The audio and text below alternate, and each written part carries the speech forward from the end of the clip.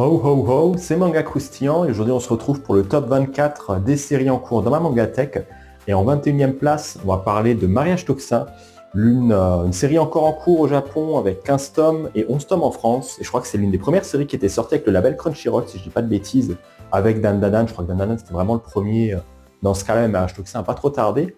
Donc ouais, c'est partie des séries pour moi qui sont encore en cours et qui m'intéressent, je n'y attendais pas forcément grand-chose. Je savais que c'était publié un peu dans le Jump et que ça racontait vite fait l'histoire d'un mec qui essaie de se marier, mais j'ai lancé sans forcément trop savoir à quoi m'attendre. Et finalement, j'ai plutôt bien aimé. Il y a de l'humour assez bien dosé, il y a une sorte de côté un petit peu épique. On va vraiment suivre un peu nos deux personnages. Là, Gero qui va essayer de trouver un peu une femme et qui va être accompagné d'un arnaqueur qui va essayer de le guider un petit peu, de le faire en sorte qu'il puisse avoir des relations. Et tu as une sorte de guerre un petit peu contre des clans, vu que le Gero fait partie du clan de l'empoisonneur.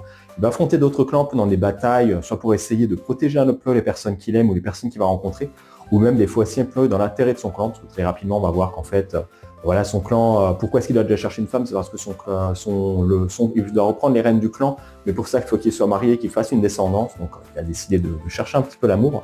Et ouais, globalement, la série, je trouve un petit côté, pas dire reposant, mais vraiment un peu ce côté un peu épique avec, je montre un peu quelques pages à la rigueur, ce côté un petit peu épique et ce côté affrontement que je recherchais un petit peu dans une série comme ça, qui m'a plutôt surpris. Je trouve que c'est plutôt bien dosé.